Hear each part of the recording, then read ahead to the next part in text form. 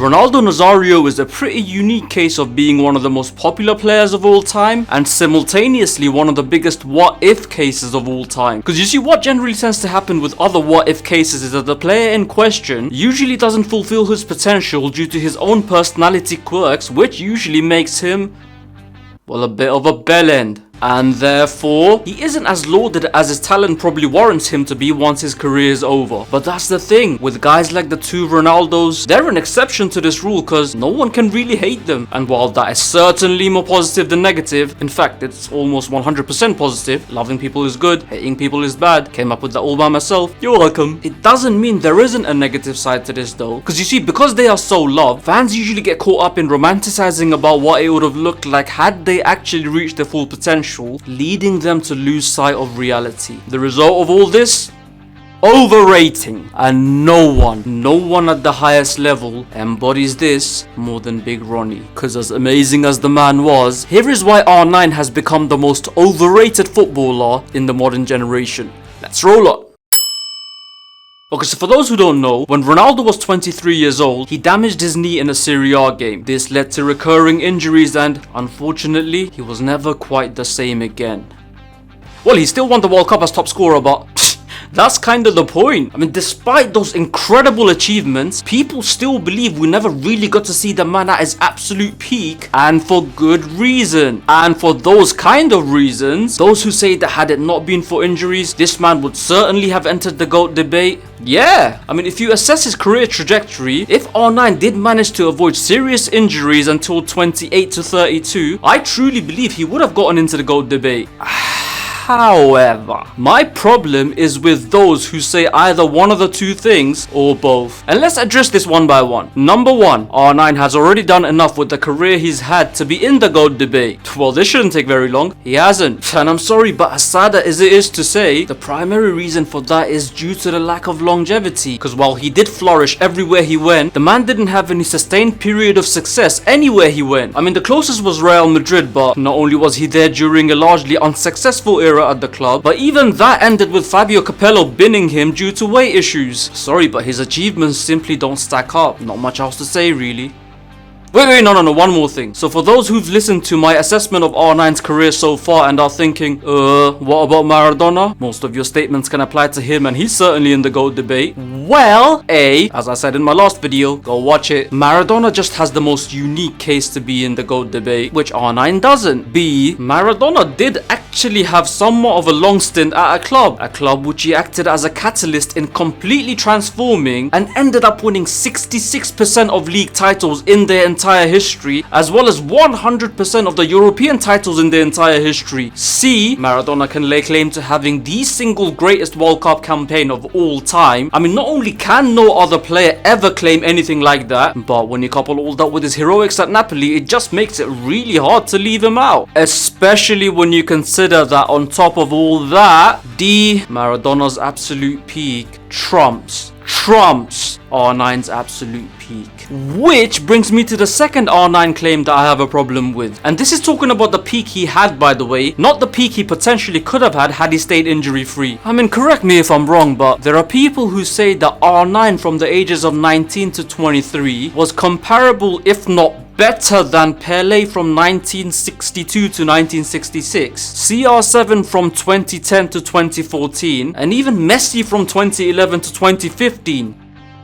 Bro, come on. Look, I'm not blind, okay? I understand why some of you may say that. It's the eye test, isn't it? And I kinda don't blame you. Like, bro, this dude took Ronaldinho's popular picture-perfect party tricks and paired it with pace, power, and a prolific streak in his performance that propelled him in the perception of the people on a pedestal and onto a place he perhaps in reality doesn't actually belong in. And that's the conversation not many are ready to have. Cause bro, you man them are confusing entertaining with effective. And sorry for being a killjoy, but for me, the better player is the one who, once he's assigned a job, he fulfills that role to the best of his abilities and helps his team attain success. That's what makes the better player. Not who'd win in a one-on-one cage match in South London by dribbling the most times. That stuff don't work at 11-a-side, G. There's a reason why that shit is so rare on a full-sized pitch at the top level. And having said that and applying all this to R9's case and position, I'm sorry, but if I was asked to pick an attacker to change the game and help my team win, given that I'm unaware of factors such as teammates, opposition, tactics and everything else, I'd probably have to lose 98% of my brain cells before picking R9 over any of Pele, Maradona, Messi, Ronaldo.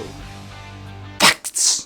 And again, it's even sadder when you think about the fact that he actually got injured just when he was becoming more of a well-rounded and resourceful player. But unfortunately, his body probably wasn't designed for the rigorous training regimen Serie A sides followed at the time. But if we solely go by what he was, not only was he not the most consistent player on a game-to-game and week-to-week basis, even at his peak, and did kind of have that "I'll turn up when I feel like it" vibe to him since he was just that damn gifted, he was also usually the final piece of already well-oiled teams, and very rarely could he change the tide in momentum and help his team turn the game around when they weren't on the front foot like the likes of Pele, CR7, and you know what, even Messi. And yes, Messi hasn't done it as often as the others here, but let's face it, you would have to have some sort of mental disability to leave this man out of the GOAT debate. Different situation altogether. Oh, also, speaking of Messi, listen, I'm not going to go ahead and compare R9's peak to the peaks of all 4 of the most commonly touted GOATs one by one, okay? That'll just take ages. I'll just compare him to one, and that's not Messi. Instead, it's Messi's longtime friend and R9's lifelong namesake, this guy. Why? Well, basically to give R9 a head start, so you lot just don't think I'm hating on the guy. But yeah, what I mean by giving him a head start is, well, I think it's fair to say that R9's biggest attribute was probably his natural talent. And with all due respect, I think it's also fair to say that CR7's probably the least naturally talented among the most commonly touted top 4. And also because, you know, they have the same name and some people actually think this is a debate. But since some of you seem to genuinely believe this is a conversation, let's have that conversation.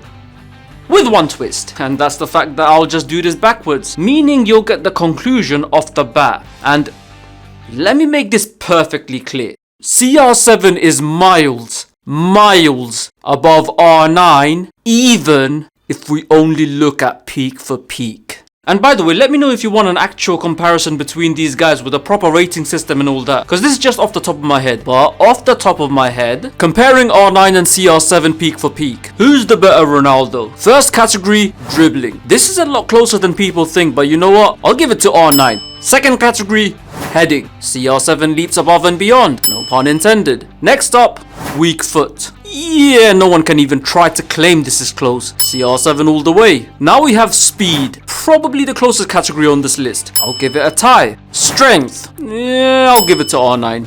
Passing. Again, dumb to even entertain the thought. CR7. Goal scoring. Listen, to R9's credit, he did put up world-class numbers while playing in possibly the most defensively solid league in the world at the time, so respect. But yeah, more goals than games for Real Madrid wins this shit sleepwalking. And finally, consistency. And one final time, shut the f*** up. As you can see, big fucking lead. And may I remind you, we had CR7 playing away in this, i.e. this was done while largely ignoring stats and completely ignoring longevity. And even then, it's not even close. So again, unless you're talking purely in terms of aesthetics and again, who can win a one-on-one cage match in Peckham or a P-Rec 5-a-side game all by himself, comparing these two guys is honestly a joke. But a joke for various reasons has made quite the rounds in recent years. And to be honest, some of the reasons do stem from legends from the past and or current footballers preferring R9, which again is aesthetics related, or former defenders saying that he was harder to face than Messi and Ronaldo or whoever. Which, to be fair, I'm pretty sure he was harder to face than them. But again, man, that just depends on the defender and their particular attributes. Hell, names like Kevin Davis and Olivier Giroud are usually thrown around when elite level defenders are asked who their toughest opponents were. And this is the thing, as tough as those guys were, I'm sure, I wouldn't put them above CR7 either, would you?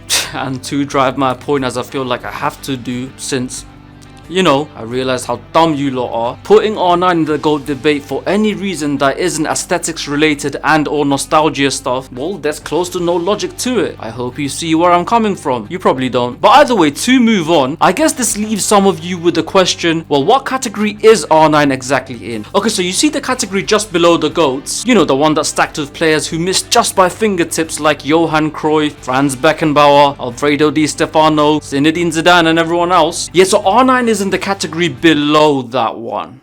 And look, I won't try to name every single player in that third category off the top of my head. I take this stuff very seriously. But I'll use 2 names to just give you an idea of what sort of category R9 falls in. 2 guys that have been quite regularly compared to R9, with R9 apparently coming out on top with ease. Yeah, no. First name, Thierry Henry.